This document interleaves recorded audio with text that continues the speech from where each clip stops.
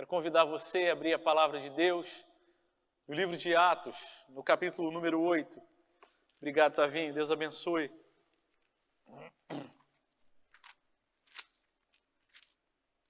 Vamos ler hoje, a partir do versículo 1 de Atos dos Apóstolos.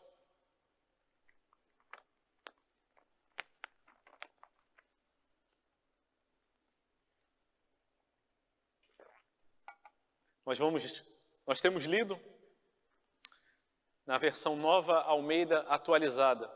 Quero convidar você a usar também essa versão para que a gente facilite a compreensão da exposição. Atos capítulo 8, versículo 1. Acompanhe, por favor, a palavra do Senhor que nos diz assim. E Saulo consentia na morte de Estevão. Naquele dia, teve início uma grande perseguição contra a igreja em Jerusalém. Todos, exceto os apóstolos, foram dispersos pelas regiões da Judéia e da Samaria. Alguns homens piedosos sepultaram Estevão e fizeram grande lamentação por ele. Saulo, porém, queria destruir a igreja. Indo de casa em casa, arrastava homens e mulheres, lançando-os na prisão. Enquanto isso, os que foram dispersos iam por toda parte pregando a palavra. Filipe foi à cidade de Samaria e anunciava Cristo ao povo dali. As multidões, unânimes, davam atenção às coisas que Filipe dizia, ouvindo-as e vendo os sinais que ele fazia. Pois os espíritos imundos, gritando em alta voz, saíam de muitos que estavam possuídos por eles. E muitos paralíticos e coxos foram curados. E houve grande alegria naquela cidade. Só até aí. Amém. Esse texto de Atos, no capítulo 8, ele é o texto que abre a segunda porção do livro de Atos dos Apóstolos. A primeira porção, segundo o que nos propõem alguns estudiosos, teólogos, ela vai do capítulo 1 até o capítulo 7, quando apresenta geograficamente a igreja localizada na primeira região indicada por Jesus no versículo 8 do capítulo 1, Jerusalém, a igreja em Jerusalém. Capítulo 1 até o capítulo 7, vemos a igreja em Jerusalém. Do capítulo 7 até o capítulo 13, nós vemos a igreja em Judéia e Samaria. E a partir do capítulo 13 até o final do livro, nós vamos ver a igreja até os confins da terra, os confins daquela época. E segue a partir daquela expansão da igreja até os dias de hoje, os confins da terra, onde nós estamos. Então aqui começa essa segunda parte, que começa de uma forma marcada por alguma coisa que precisamos olhar com atenção e que marca o DNA, a forma como a igreja se organizou. A igreja tem algumas características e o livro de Atos vai mostrando essas características que são da origem da igreja e mostram aquilo que a gente deve esperar ao olhar para a nossa igreja. Ela é uma igreja modelo, não é uma igreja perfeita, não é uma igreja que não tenha pecados, que não tenha erros, que não tenha falhas. Nós já vimos isso, havia mentira, havia murmuração, mas havia a graça de Deus, o Espírito Santo de Deus agindo na vida da igreja. E formou esse padrão inicial da igreja. E para esse padrão nós precisamos olhar e avaliar a nossa própria caminhada como crentes, entendendo que a igreja é, numa certa medida, a instituição, é o grande corpo, mas é formado por cada um de nós. Então precisamos nos olhar nesses textos, nesse modelo, e avaliar a minha própria vida e falar, será que eu me encaixo? Será que é isso que Deus tem para a minha vida? Será que eu tenho vivido o que Deus tem para a minha vida? O versículo 1 começa dizendo que Saulo consentia na morte de Estevão. Nós vimos nos capítulos 5, 6, 7, a partir do capítulo 3, nós começamos a ver a igreja sendo perseguida. No capítulo 3, Pedro e João, os dois apóstolos, curam um coxo de nascença. E começam a pregar a respeito de Jesus e da culpa que aqueles que o crucificaram tinham.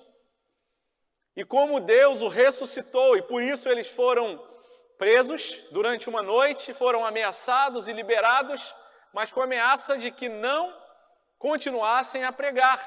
E eles dizem: nós não podemos deixar de falar das coisas que temos visto e ouvido. Em outras palavras, eles estão dizendo: não podemos deixar de ser testemunhas daquilo que Deus nos permitiu e tem nos permitido ver.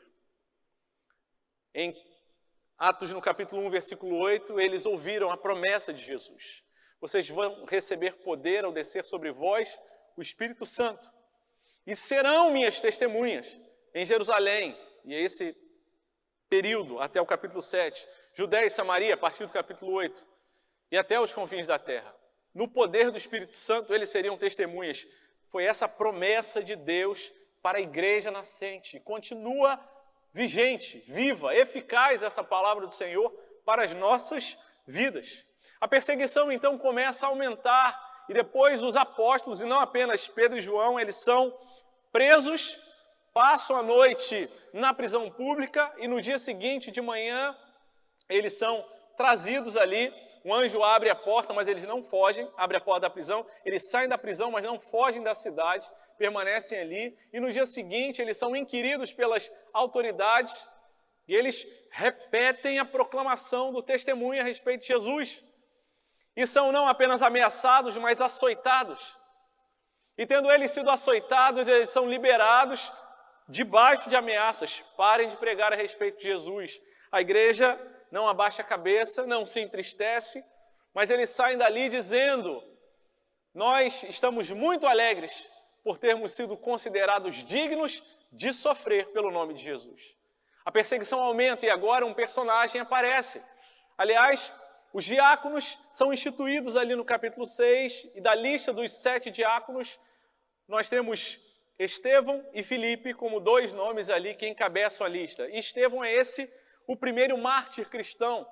E por isso, nós lemos no capítulo 8, no versículo 1, a primeira parte, que Saulo consentia na morte de Estevão. Aponta para essa progressão da perseguição, que vai da ameaça mais açoites, e finalmente a morte, muito mais forte do que a ameaça dos açoites, mas a morte.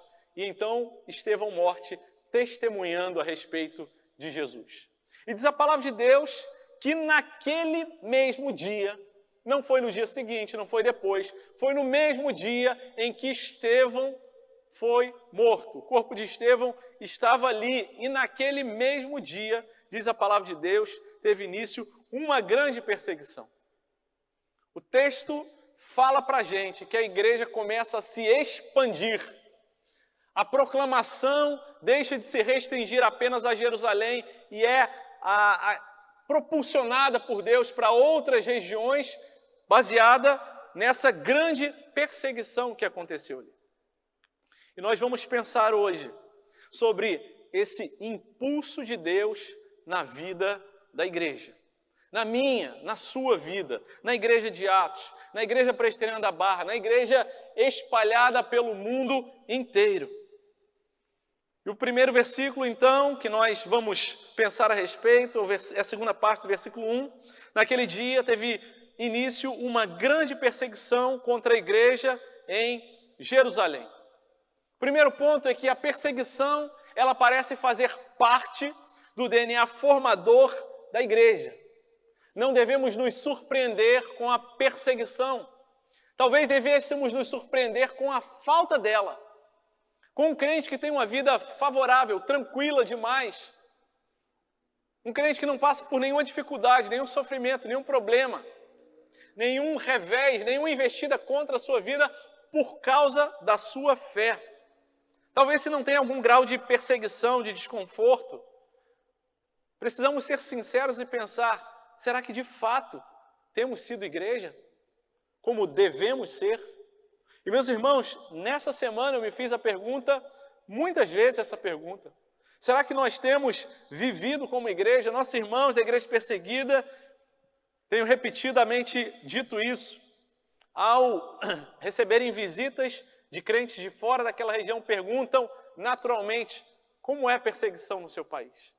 E nós, constrangidos, dizemos, é complicado, né? As escolas, as ideologias.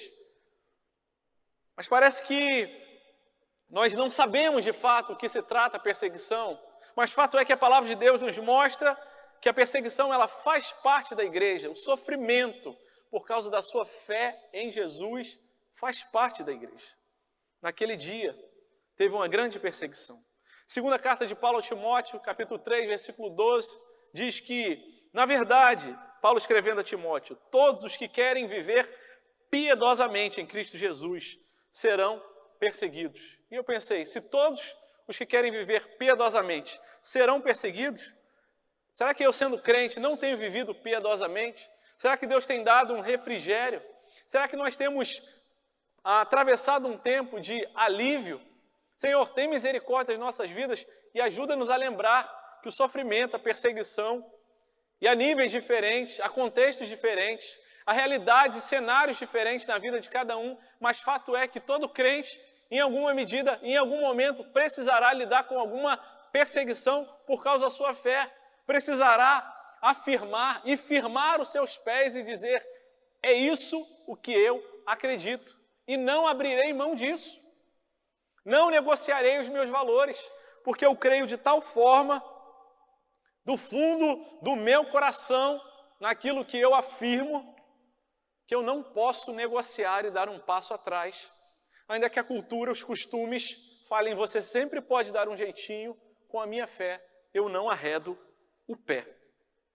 Aqueles irmãos, registrados no capítulo 5 de Atos, saíram dali muito alegres, por terem sido considerados dignos de sofrer afrontas por esse nome. Meus irmãos, se em alguma medida você tem passado por situações de desconforto, de perseguição, de sofrimento, de abandono, de injustiça, por causa da sua fé, a palavra de Deus nos diz que nós somos bem-aventurados. Não desanima, isso faz parte das dores, da corrida e da caminhada do crente. É assim mesmo. Esse mundo em que nós vivemos é um mundo quebrado.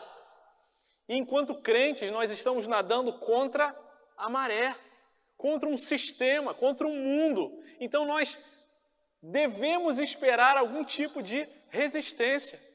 Aqueles que conhecem aquele seriado The Chosen, já repararam a abertura dele, ou a logomarca dele, mostra uns peixinhos nadando em uma direção, e a maioria dos peixinhos nadando em uma direção, e alguns peixinhos vão sendo convertidos, mudando de cor, e eles passam a nadar contra o fluxo, encontrando resistência. Isso faz parte do DNA da igreja. Não se espante se nós passarmos por sofrimentos, perseguições e dificuldades. Todos nós passamos.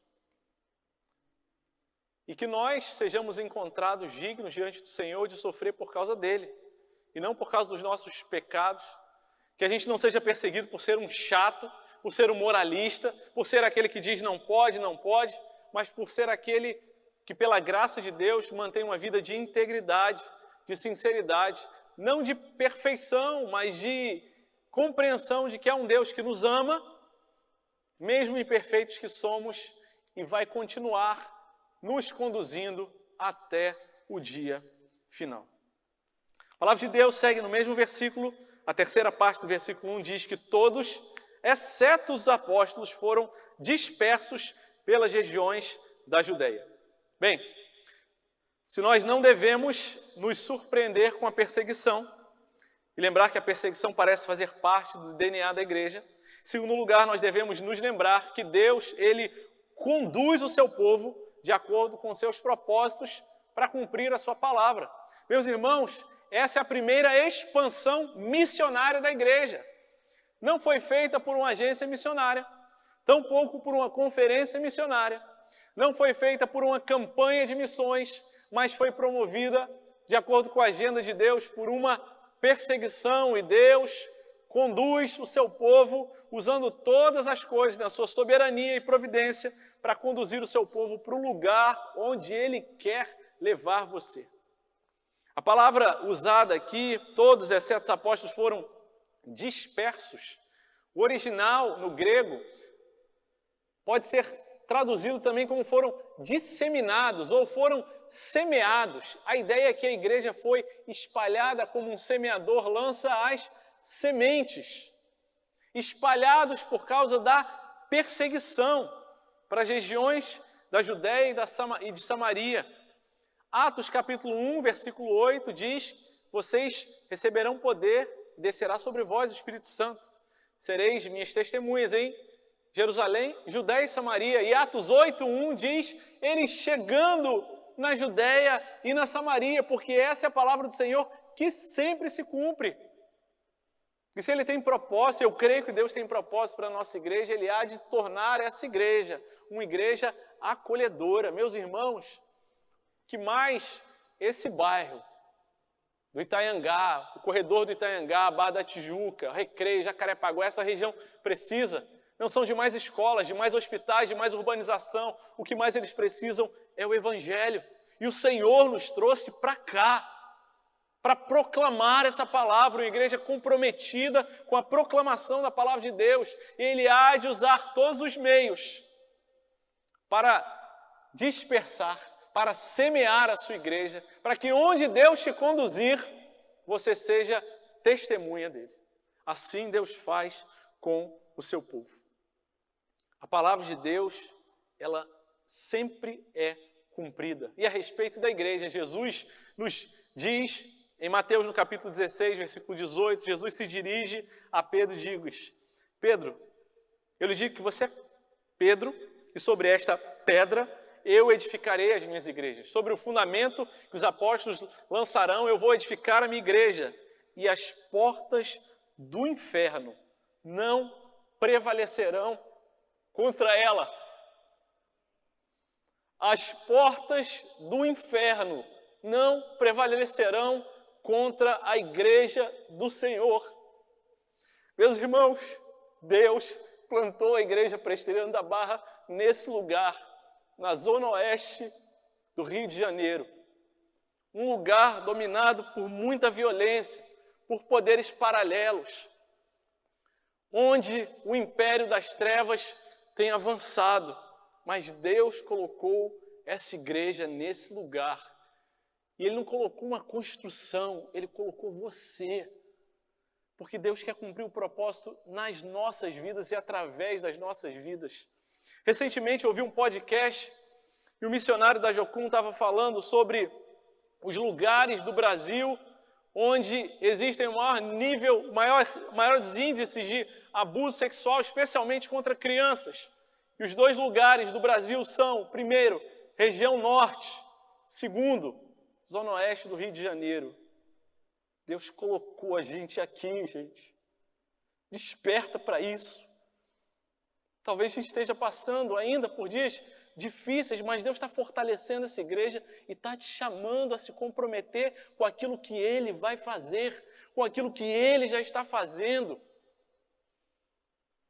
Ele vai conduzir o seu povo, a sua palavra sempre se cumpre. E meus irmãos, não vamos perder nenhum detalhe desse versículo. Diz a palavra de Deus que todos, exceto os apóstolos, foram dispersados. Quem foi enviado não foi a liderança, foi a força leiga. Foram os membros daquela igreja. Os apóstolos permaneceram em Jerusalém na soberania de Deus. Quem fez o trabalho missionário de levar foram os leigos. Aqueles que têm mais contato com os não crentes. Pastores das igrejas, líderes. A gente tem um grande desafio de tentar não viver somente numa bolha, porque a gente trabalha com crente, ensina crente, vive com crente, e a gente tem que criar mecanismos para estar fora desse contexto, para ter contato com pessoas que não conhecem a Jesus ainda.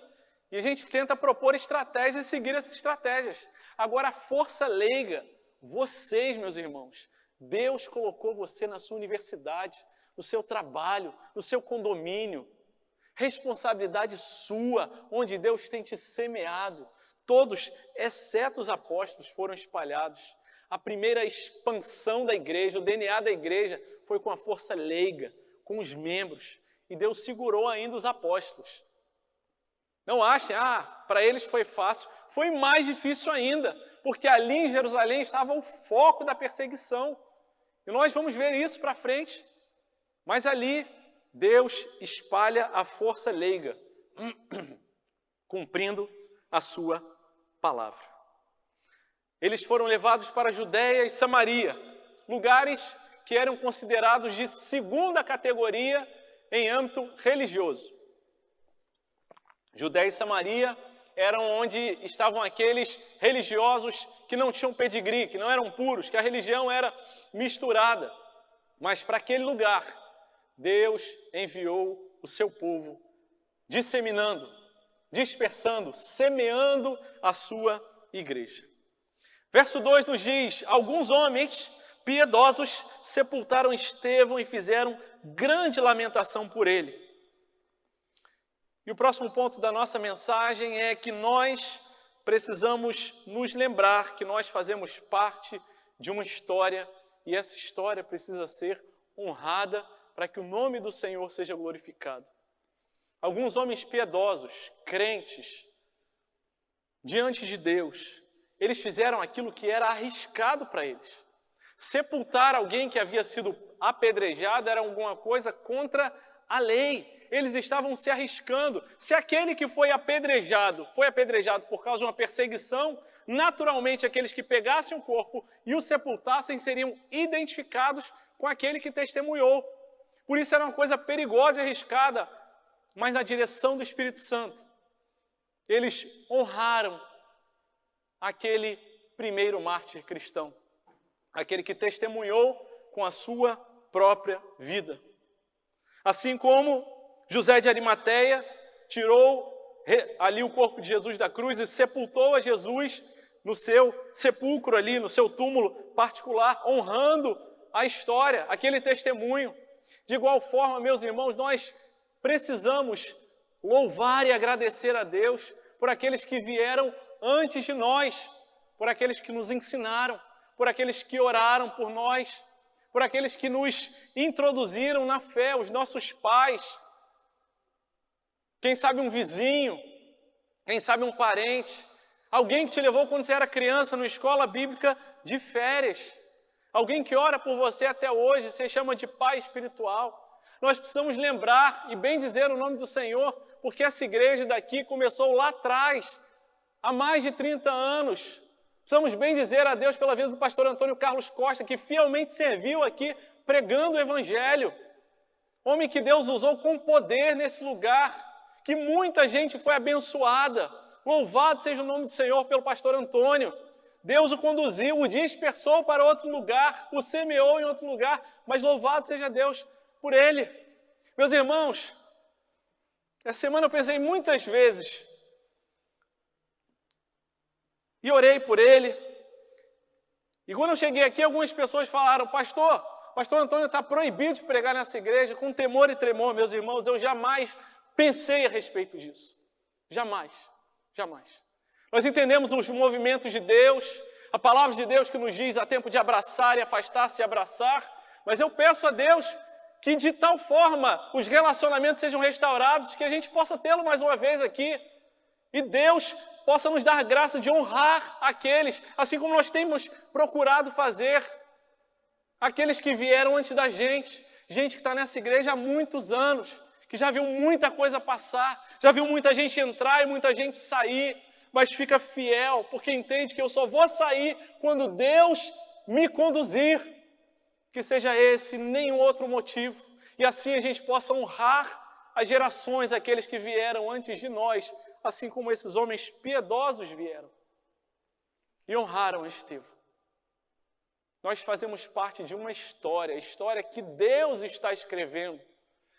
Ele é o protagonista, ele é o personagem principal. E quando nós honramos aqueles que vieram antes da gente, nós damos glória a Deus. E aqueles homens, ao sepultarem Estevão, fizeram grande lamentação por ele, correram risco, mas falaram: nós também testemunhamos dessa fé. Talvez eles também fossem ameaçados e apedrejados. A palavra do Senhor segue dizendo, Versículo 3. Eu vou ler a primeira parte do versículo 1 e o versículo 3. E Saulo consentia na morte de Estevão. Versículo 3. Saulo, porém, queria destruir a igreja, indo de casa em casa, arrastava homens e mulheres, lançando-os na prisão. Saulo arrastava homens e mulheres. Outras versões, Revista Atualizada, diz que Saulo assolava a igreja. Por outro lado, ele assolava. O verbo ali no original grego dá a ideia de alguém que queria destruir, machucar, ferir, dilacerar, como uma fera selvagem arrebenta a sua presa. Esse era o sentimento de Saulo.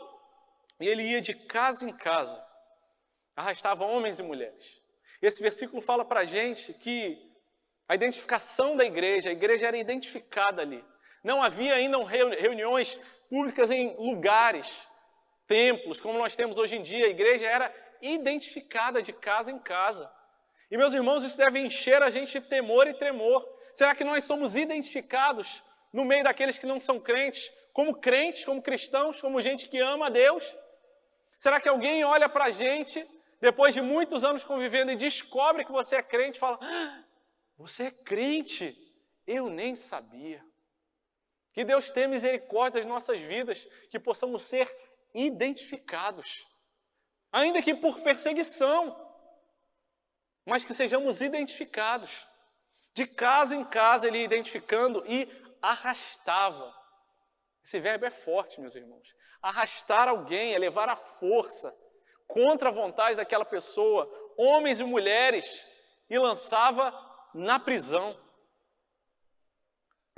Saulo, antes de ser Saulo, ele queria destruir a igreja, assolava a igreja.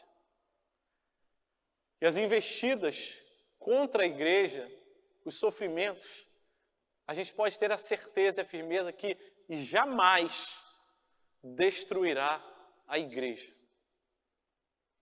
Se Saulo tivesse essa percepção de que o sofrimento e a perseguição não destrói a igreja, quem sabe ele teria usado outras estratégias. Sabe o que destrói uma igreja, um povo? O pecado, o se afastar-se de Deus, a mentira, a murmuração, a fofoca. Isso destrói a igreja. Os relacionamentos quebrados que não são restaurados, o orgulho, isso destrói a igreja. E muitas vezes essas coisas começam a aflorar, a emergir, quando temos vidas muito confortáveis e paramos de nos preocupar e colocar o nosso coração naquilo que é mais importante, o Evangelho, e começamos a olhar para os periféricos, para as coisas que nos distraem. Se Saulo tivesse tido uma estratégia mais assertiva para destruir a igreja, talvez uma boa proposta teria sido: vamos fazer uma lei que vai proteger as igrejas. Vamos fazer uma lei que vai dar dinheiro para as igrejas, para que eles tenham uma vida muito confortável, sem problemas, sem dificuldades. A perseguição e o sofrimento jamais destruirão a igreja. Se você é crente de verdade, se você não tem dúvida da sua conversão, de que você é filho de Deus, fica firme. A perseguição vai passar. O sofrimento vai chegar ao fim. Pode ter certeza disso. Se não for nessa vida, será na vindoura. E nós teremos o privilégio de testemunhar. Se Deus nos der a graça de nos livrar das perseguições, nós testemunharemos em ficar firmes e as pessoas olharão para a gente e falar: esse cara deve estar falando a verdade. Essa mulher deve estar falando a verdade, porque apesar dos reveses, das injustiças que estão falando e estão fazendo com ela, ela não paga o mal com o mal. Antes ela paga o mal com o bem. Ela é amaldiçoada, em vez dela amaldiçoar de volta, ela abençoa. Tem alguma coisa errada, isso é testemunho. E se a perseguição for tão forte, tão dura, tão feroz, tão dilacerante na sua vida, que tirar e ceifar a sua vida, e assim você fiel for, sustentado pelo Senhor até o fim, você vai testemunhar com a sua vida. E as pessoas vão olhar para você assim: deve ter alguma coisa que faz sentido na fé dessa pessoa. Como é que alguém dá vida por aquilo que acredita? E Deus tem usado de testemunho de gente que tem morrido pelo Evangelho ao longo da história. Fica firme. A perseguição não destruiu, antes fortaleceu. No Coliseu, quando os cristãos eram jogados às feras, aqueles que ao redor do Coliseu, daquele grande circo de horrores ali olhava, atônitos olhavam para os crentes que não reagiam, não lamentavam, mas assim como Estevão, olhavam para o céu e viam diante deles o Senhor os recebendo. Que assim o Senhor nos dê graça para ficarmos firmes diante da perseguição, que sejamos identificados como crente diante das injustiças que fazem contra você. Versículo 4, enquanto isso, os que foram dispersos iam por toda parte pregando a palavra. Os que eram semeados tinham uma missão, um propósito, um comprometimento, proclamar a palavra de Deus. É isso que Deus quer fazer com a nossa igreja, com a sua vida. Te usar como instrumento de proclamação da palavra dele. Deus move o seu povo para usá-lo como instrumento. Volto a dizer, meus irmãos, estamos num dos lugares mais bonitos do nosso país, com a natureza mais exuberante. Moramos num lugar onde o Brasil e o mundo passam as férias, mas temos diante de nós imensos desafios. Imensos desafios. E o Senhor quer nos usar, nos dispersando para que por toda parte a palavra seja pregada.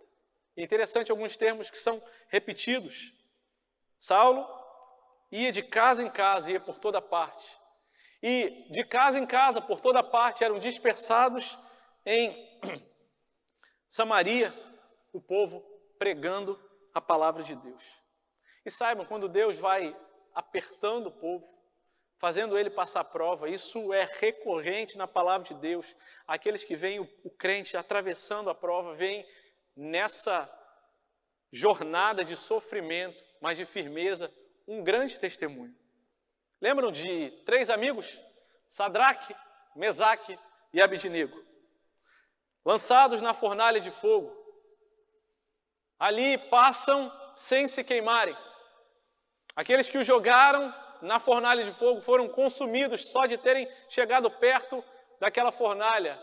E depois eles saem da fornalha e quando aqueles que os ordenaram que fossem lançados lá, veem os 3 sem nenhum cheiro de queimado, eles glorificam a Deus. Porque veem que Deus estava com eles naquela fornalha. De igual forma, Daniel, quando é lançado na cova dos leões, o rei Dário, ele reconhece que se Daniel não foi devorado pelas feras, foi porque Deus sustentou e o rei Dário glorifica o nome de Deus. E assim nós vamos ver ao longo da história, homens e mulheres firmes, proclamando a palavra, fazendo Deus conhecido por causa do seu testemunho. O texto vai chegando ao final, ali no versículo 5, diz ali que Filipe foi à cidade de Samaria e anunciava Cristo ao povo. As multidões unânimes davam atenção às coisas que Filipe dizia, ouvindo-as e vendo os sinais que ele fazia. Continuam os sinais, os prodígios, as maravilhas, a proclamação. Eles, diz ali, versículo 7, os espíritos imundos, gritando em alta voz, saíam de muitos que estavam possuídos por eles, e muitos paralíticos e coxos foram curados. E houve grande alegria naquela cidade. Versículo 6 diz que as multidões unânimes, em um só ânimo, com atenção fixa. Diz a palavra de Deus que eles ouviam e viam. Alguém que ouve e vê, alguém que é testemunha. A palavra de Deus está apontando para a gente que Filipe testemunhava, falava, proclamava o evangelho e com a vida dele, ele fazia sinais, maravilhas, prodígios. Deus o usava. A glória não estava em Filipe. Assim como Pedro e João, ao terem curado o coxo, dizem: por que vocês olham para a gente como se de nós tivesse saído algum poder, ou se nós fôssemos tão piedosos assim? De igual forma, Filipe era usado por Deus, e Deus também quer nos usar para proclamar o Evangelho, e se da vontade de Deus for, o Espírito Santo nos usar para curar, para que famílias sejam libertas do poder de Satanás, porque as portas do inferno não podem resistir ao avanço da igreja. Talvez você conheça famílias em que parece que está tudo bagunçado. Gente que nada dá certo.